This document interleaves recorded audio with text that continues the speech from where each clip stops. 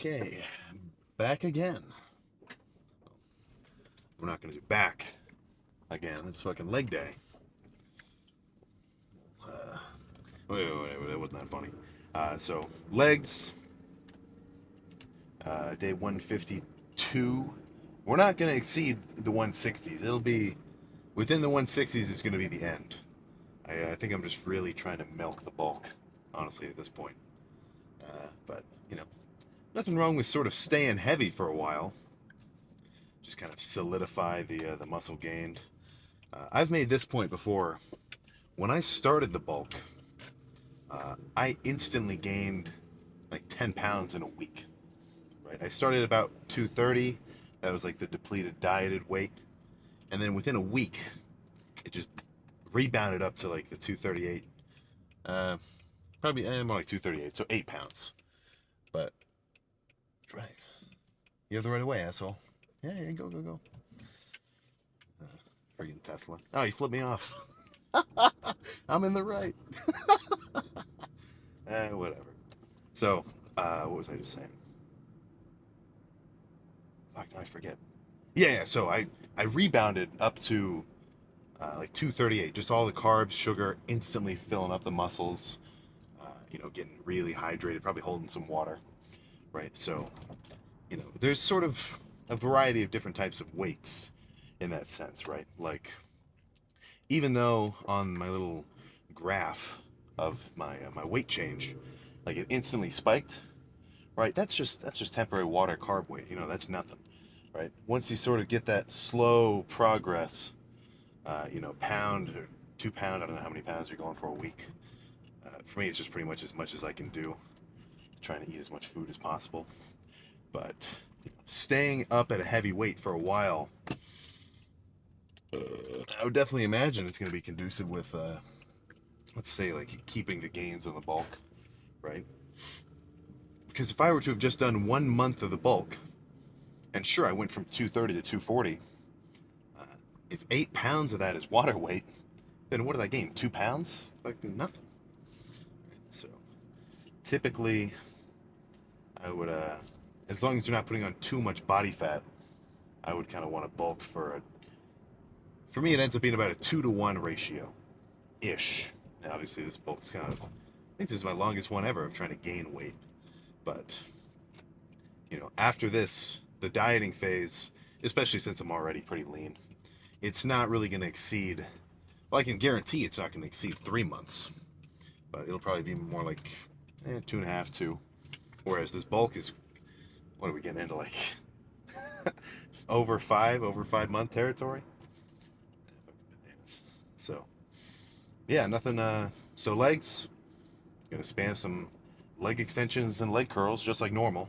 I'm kind of chilling out on heavy pressing, uh, doing basically like kind of a deload for my knees, my hips a little bit. They're getting a little bit tight. I think I'm gonna start stretching more. It's probably not a bad idea. That's one of the things where you sort of just know it's good for you, but you just don't do it. Same with cardio.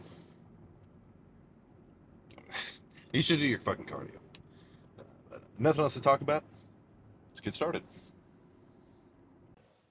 For whatever reason, I've been liking starting off with the single leg curl. I did this on the last leg day for hamstrings. Uh, well, uh, I don't know. So, I mean, let's think about this. Even though it's the same machine, right? You can do a variety of different methods of, let's just say, execution of the set, right? You can do double leg, you can go really heavy. Do single leg, still try to go heavy. Maybe go a little lighter on either of those and try to squeeze it harder. Do some reps where you pause it at the top, right? Just throwing in a variety of those sort of sets. It's probably going to be good for you. But as long as they're hard, you're fine. Like, even just doing straight sets, it's all the same shit. But I think maybe 2 or 3 single leg, really good squeeze, and then move on to something else.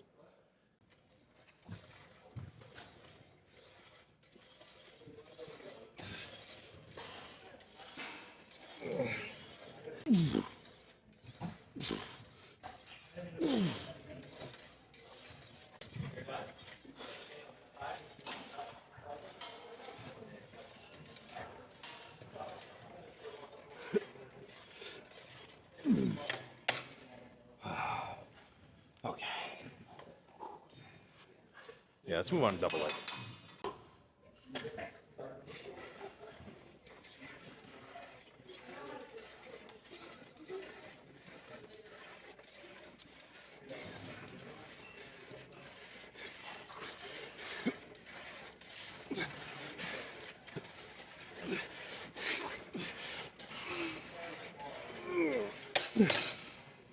Oh, crap.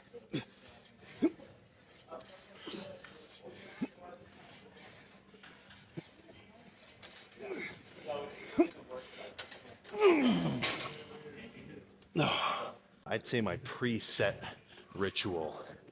It gets a little bit different with like squat, or actually mainly just squat. That's where I sort of take a lot of time to get ready for that opener set, which I'm not doing today.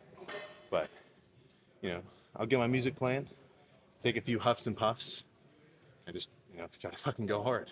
Right? It's not that crazy. I'm not thinking about like picking up my what's the thing Eddie Hall says? Before Eddie Hall did that one crazy deadlift, he was like, I'm imagining picking up a car off my kids. Like, I'm not thinking like that exactly, but a few huffs, and just throw some weight around, easy. You gotta be kidding me. Holy crap. I just saw something funny. I'm not gonna explain it, but it's funny.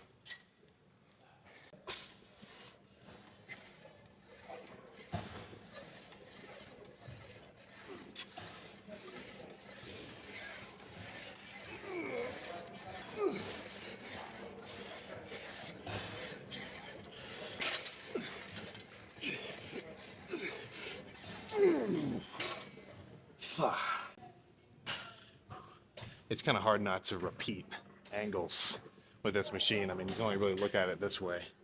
But right now, I mean, I'm not, obviously, I'm relatively in the zone because I'm hitting my sets, but I'm not feeling as hype as usual. Now, obviously, I still want to get big, so I'm going to fucking go hard. But, your subjective feeling of the workout, like, even if this pump is the same as on a leg day where I'm just going crazy, it might just feel a little bit worse because in my mind I'm like feeling a little off. But as long as you can go hard, regardless of how you feel, assuming you're not like dying sick or something, then all the better. So I'm gonna do the same thing with the straight set here, except I'm gonna have little bro help me out with some partials. So I'll do maybe 10 reps normal, and then I'll have him help me on the last, I don't know how many, I'll figure it out. But he'll end up sitting here like just fucking sort of throwing the weight up. You'll see in 5 seconds.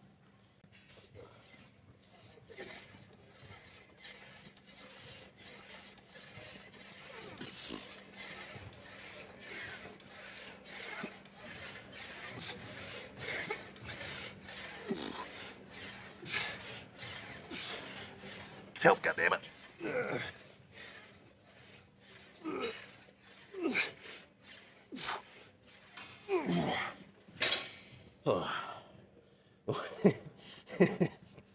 What happened to 10? Well, they were getting heavy.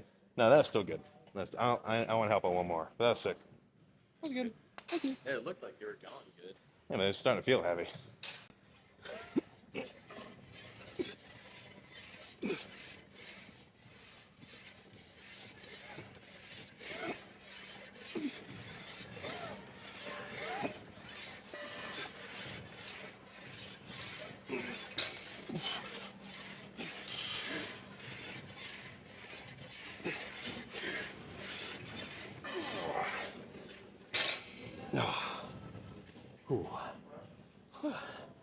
It burns, but like the last like 2 when you're helping, I feel like I'm not even moving it at all.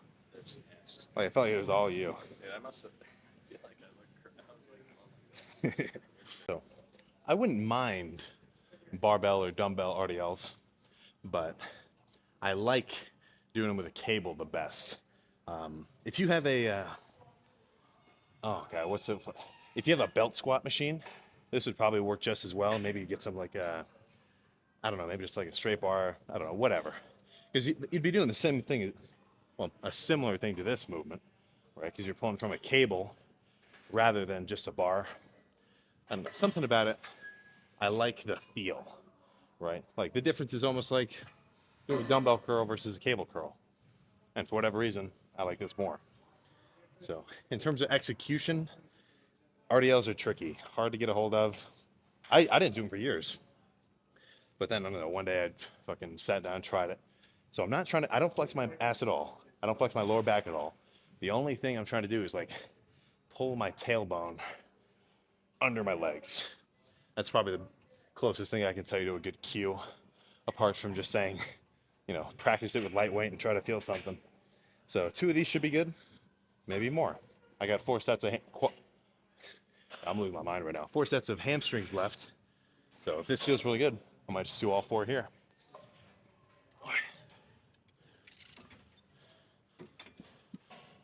Oh, that's wobbly. Jesus.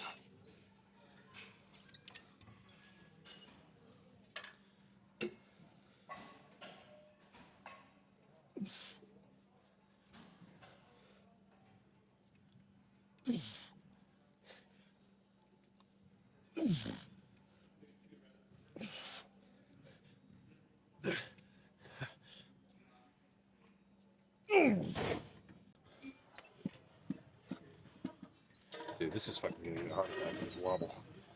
There we go. Jesus.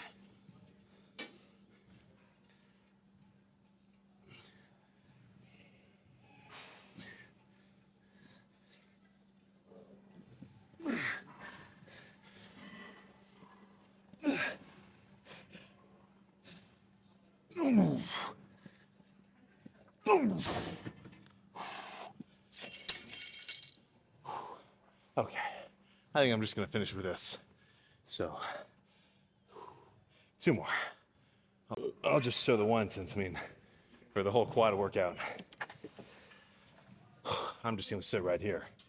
I'm not gonna push it with like leg press or sissy squats or anything like that, because I kind of pulled a little something way up here. Not really like hip flexor level, just slightly below that.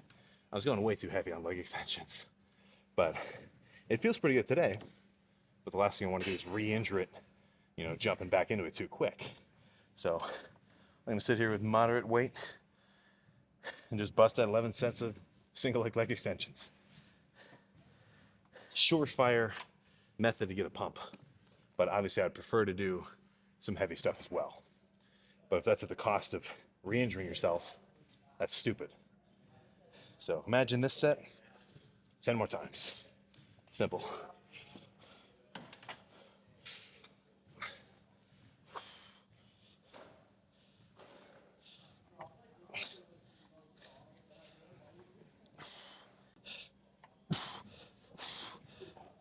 Oh. Oh. So even without heavy pressing, just the leg extensions take a lot out of me. Oh, geez. So I did a few sets where I like paused at the top. I mean, it was lightweight the whole time. I didn't want to fucking, you know, re-injure it or nothing. I think I'll get back to normal quad lifts, either next leg day or the one after. I'm not really freaking, just because, like, if you got to pull back a little bit on a specific muscle, that's just the right thing to do. Because the last thing I want to do is try to launch so much weight that I really get a something up here, and then I'm hobbling around for weeks. Worst case scenario. The last time I got fucked up leg-wise was it was around Christmas. I was doing heavy leg curls, and I hardly warmed up. I kind of just jumped right into it like an asshole. And it was on a leg curl I hadn't really used before. So I do like, let's just discuss the story before we check the pump. So it was like 15 reps good, 10 good, last 5 good, and then that last rep. This is a whole stack of like minimal warm up, like a total fool. The last rep, when my leg goes all the way straight, and I tried to bounce it out of the hole. Just a fucking ooh. I was limping for days. But by not re-injuring it, eating my food and stuff, getting good rest, and I think doing the cardio helped as well, because it was to the point where like even just sitting here and like flexing my hamstring at all fucking hurt, right? But I was still going to do my morning cardio on the bike, and I think just getting that extra blood flow. 3 weeks later, I was back to doing the heavy hamstring curls. Obviously, I was still a little bit timid about them, just because I just fucking had a nice pull, but it wasn't that bad. Like, if you've ever seen pictures of people where they rip their pec or something, or their bicep, and they get all that bruising, if you see some shit like that, after you tweak something, you might be like hospital level fucked. But for me, no bruising, just kind of fucked up a little. Oh, getting a little separation in there. Holy shit. Real freaky.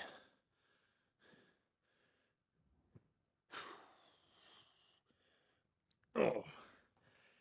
Having a hamstring pump is not that impressive because it kind of just loses all its definition. But there's certainly still pumps from 10 sets, 11 sets ago, and quads.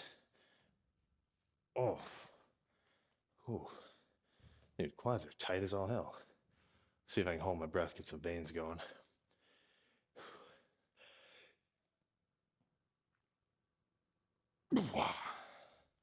Be careful doing that kind of shit.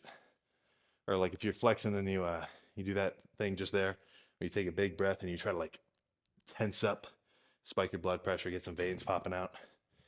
If you go too hard, 3 seconds later, everything's just gonna go black and you're gonna wake up on the ground. It's never happened to me, but I've gotten that lightheaded feeling before. Like that's what happens to when you see deadlifters pass out and stuff like that. Same feeling. But certainly an effective leg day. The elevator is under maintenance. I had to take the stairs down. No fun at all. I was a little worried I might fall. Come on. Bitch. So much easier to take them off.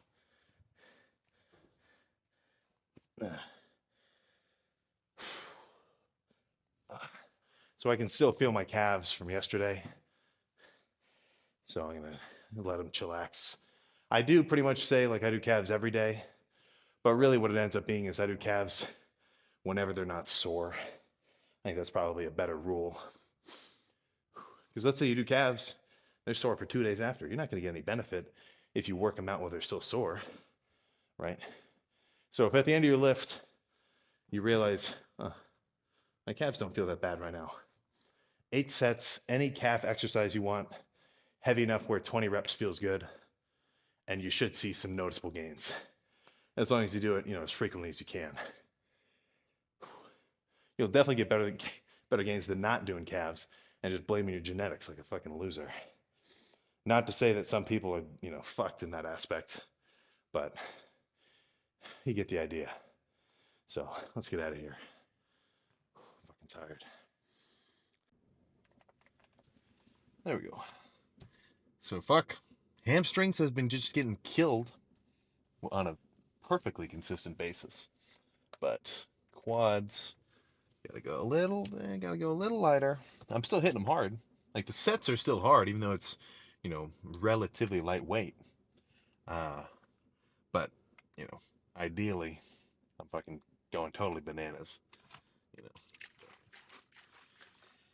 So, I got in the car.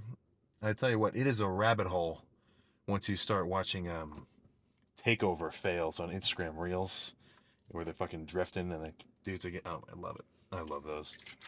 I've got a problem. So right now my body's telling me, don't drink this dextrose shake. It's gross. You're gonna feel gross. But my mind is telling me, I want to get big, and this is gonna fucking help me recover. So it's all about that mental willpower, right? If you don't want it, I could foresee somebody slamming a shake after a leg day and then throwing up. I guess it depends on how crazy their leg day and how much food they ate that day or something. But whatever. Let's just slam it and roll and discuss something. I don't know. We'll figure it out.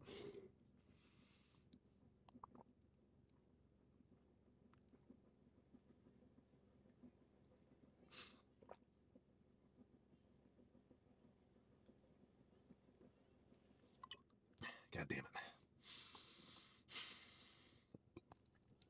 I'll finish the rest later. Dude. Oh.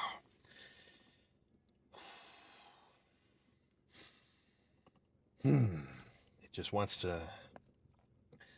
I just want to not move for about a minute. Take some deep breaths and let it kind of simmer. Like, you know, when you eat something or whatever and it's just not all the way down, it's kind of in that limbo period. Oof, yuck. Like, oh my God, I don't even want to think about it. But if I were like get a hair in my mouth or something like that, I could easily imagine that shake just getting shot back up. Ugh. Like it's got that kind of nauseous feeling.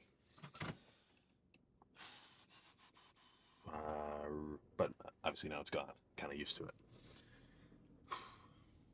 So, in terms of changes in the content, obviously not much. Still gonna have the daily lifts like normal, or I'll do the cardio if for whatever reason I can't do the lift. Full day of eating and just keep an eye on it. But I could foresee a little bit of streaming. I could foresee that. That'd be kind of funny. Get a little bit of creator viewer interaction. I don't even know if I want to like play a game or something. I fucking maybe just sit there and watch YouTube videos. That's the same shit I end up doing when I'm on like a Discord call with my friends anyway. Somebody just fucking streams a Russian car crash video, and then we have a very deep conversation over top of it. So, oh shit, I got my brights on. Oops. Post-workout meal. Obviously, the shake is the shake. It's not a meal. Uh, Even though, you know, carbs and protein, you get what I'm saying. It's the shake. So, I think I'm gonna stop at Wendy's, get a spicy chicken sandwich, some fries, a frosty. The I don't know what happened, man. I used to be able to down 3 spicy chicken sandwiches at once, and the next day I would have zero problems. But now it's like it's a hit or miss. It's like a roulette thing. Some kind of spice in there. I don't know what it just does not agree with me on the exit path. Sometimes I like them so much I risk it. So yeah, I'll probably get some of that. It's about 45 grams of carbs, 15 grams of fat, about 25 grams of protein. I, uh, I eat them so much I just kind of have the macros remembered. And that's one thing too in terms of once you start getting crazy enough to track your calories and your macros, making sure you're hitting your protein or whatever, or if you're bulking, trying to hit that caloric surplus number, like making sure you hit, your 3,500 or your 4,000 calories per day so you gain weight. Or if you're dieting, obviously you want to stick to a deficit. It depends on how big you are. But for me, once I once I jump down to like 2,500, I don't really, I don't reverse diet really. For me, I just jump straight from the bulk to the cut. Whether or not that's the best move, I don't know. I didn't really look into it that crazy. That's just what I've been doing, and then I always get pretty lean and I maintain a considerable amount of size. But for my weight and amount of muscle in my frame, 2,500 is less than the amount of calories that I burn per day, right? So that means that my body's going to need an extra source of calories to burn for energy, so I can like stay alive and maintain my muscle. So where is it going to go? All right, it's going to start breaking down some of my fat deposits. That's how that shit works, right? If you overeat and you're like mad, I don't know the guy, but some dude, 300 pounds, uh, very large, and not 300 pounds lean. if you know what I'm talking about. This is kind of way back. And he did like a 6 month, I don't know how long, months of just drinking, water and vitamins. And his body just burned off his internal fuel from the fats. And he just lost a bunch of fucking weight and he was fine. Right? Because at the end of the day, as long as you get calories in or you have calories available, right, those are going to be what's burned. Obviously, food is the easiest for your body to utilize, right? If you take in, if you eat a bag of Skittles, your body's gonna fucking start breaking down those carbs. It's not gonna be so prone to, start burning fat or what is it, oxidizing fat? I don't really know the terminology, but if you chill out, and you eat your 2,500 calories or your 2,000 or whatever number it has to be for you to lose weight. You can look that up online. Just uh, maintenance calorie calculator. Plug in your weight, your body fat percentage, is an estimate is fine, and it'll pump out some numbers. Like eat this much to lose weight, eat this much to maintain weight, and eat this much to gain weight. Right? It's a decently accurate gauge. Obviously, it's not perfect, but it's pretty close. It's definitely closer than if you just guess. But uh, yeah. So getting back to what I was saying after I went on that tangent, the longer that you track your shit, the more you just kind of you'll almost develop like a unrelated to Andrew Tate. You'll almost see the Matrix, right? Because now, when I look at a fucking Wendy's spicy chicken, I don't just see a tasty treat and a filling sandwich, right? I see those 45 grams of carbs, the 15 grams of fats, and the 25 grams of protein. And then that'll just kind of translate over to all sorts of foods, just depending on how stringent you are with your measuring, right? Like probably the most used thing in my fucking kitchen, at least that I'm using, is gonna be the food scale. Every time I make the dextrose shake, I measure out I measure out the 50 grams, whatever, and the protein. Sometimes if the scoop, that's another tangent. Try weighing out your protein scoop rather than just doing one scoop, because it'll say like serving size one scoop, 32 grams, but maybe when you do a scoop, it's all, it's only 28. Right? So weighing is pretty much the best way to go. But the longer you do that, you'll just start to get a pretty decent gauge on how many, carbs, fats, or proteins are in specific foods. Right? When I'm dieting, I end up eating a lot more whole foods. Right? I don't want to waste 50 grams of protein when I'm dieting with a protein shake. That's not filling at all. Right? I want to get 8 ounces of turkey. So we'll get these big turkey breasts from Costco. Totally pre-cooked. It's perfect. Reasonably moist as well, if you're curious about that. But pretty much every time, even though like the thickness of it varies, right? I can always fucking measure out just how wide to cut it. And then when I throw it on the scale, boom, 8 ounces. 7.9, 8.1, pretty fucking close. All right, you'll just start to see food differently. And once you can see it like that, it's kind of hard to go back, right? Like it's just like once you start to realize that food's what's kind of dictating how your body looks and performs, then it's just going to be hard for you to neglect it, assuming you actually kind of care about your, it's kind of weird to say, your performance, your day by day performance, right? But we all know the basics. You're probably not going to be the most fit individual if your diet consists of like negligible protein, like sub 20 grams, tons of fats and carbs. It's not the best mix. That's not ideal, right? And then obviously probably the best case scenario is going to be like minimal sugars, minimal processed foods, some whole organic, no red 40, no artificial sweeteners. Like that's probably going to be the best case scenario. Oh my God, when I'm dieting, and especially when I'm working too in the summer, I'll drink like two full 2 liters of soda, well, diet soda, before the shift is over. So I'm not, too much of a dieting health in that sense. You know, for me, what's most important is the macros and the calories. So, you know, look up all of my pretty much basic pillar info was from not just him, but I got a ton of good shit from Jeff Nippard. He broke down the diet, basic training, stuff like that. Like his old, I haven't watched any of his recent videos because obviously I got the information I wanted. And now I know what I'm doing. But his old shit when I was watching it, insanely easy to digest. Plus he's got infographics. Uh, as far as I can tell, just the most what's the word? Let's just say easy to understand basic tips for your overall uh, lifting journey, whatever. Tons of good info. I'd recommend you check it out. He's like one of the only guys I've been recommending this. Oh, especially for beginners. Obviously, if you've been lifting for a while, you hopefully know what you're doing.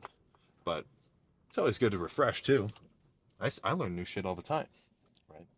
The more you can widen your horizons and like be open to new ideas that maybe you have kind of been neglecting. Like if you know a guy who he's been lifting years, going hard, but he doesn't give a shit about diet.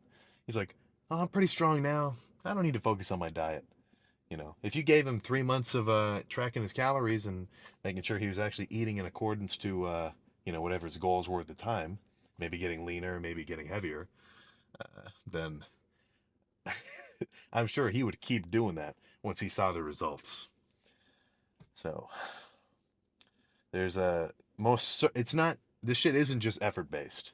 I post a lot of shit, especially on like the TikTok where it's a little more clickbaity in a sense with like what I say and my opinions, kind of just like it's jokes in a sense, and a little bit of trolling, but it's not just effort based, right? You do have to go about this methodically, but once you get into the groove of counting your calories, doing your cardio, training hard, and making sure you're recovering well, you'll pretty much just be on a solid upward trend.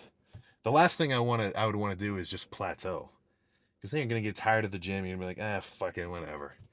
Results are the most motivating thing that you can fucking see. That's gonna keep you lifting hard and make you wanna, be better.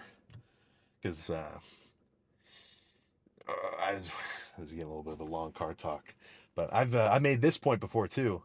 Uh, as a beginner lifter, let's say if I took one of my buddies in, and he hasn't lifted at all before, right? The first maybe week, lifting's totally new to him. It's a complete new thing. It's fun. He's like, yeah, fuck yeah, let's get big. Let's do it, yeah. So the novelty factor instantly makes the enjoyment level and the motivation pretty high. But maybe the next few weeks he's starting to get sore. I gotta drink a protein shake right now. He hasn't seen any results yet because it's only been a week. Motivation is going to start to dip a little. At least I would think. I don't know. This is kind of just my presumption, but it seems pretty legit to me, right? But if you can keep pushing past that little dip in motivation, or I don't know, just stay motivated, then once you start to see yourself get a little bigger, right? You'll be looking at yourself in the mirror. Well, or you measure your arms; they're an extra half inch bigger than a month ago. Which, as a beginner, that sounds about right.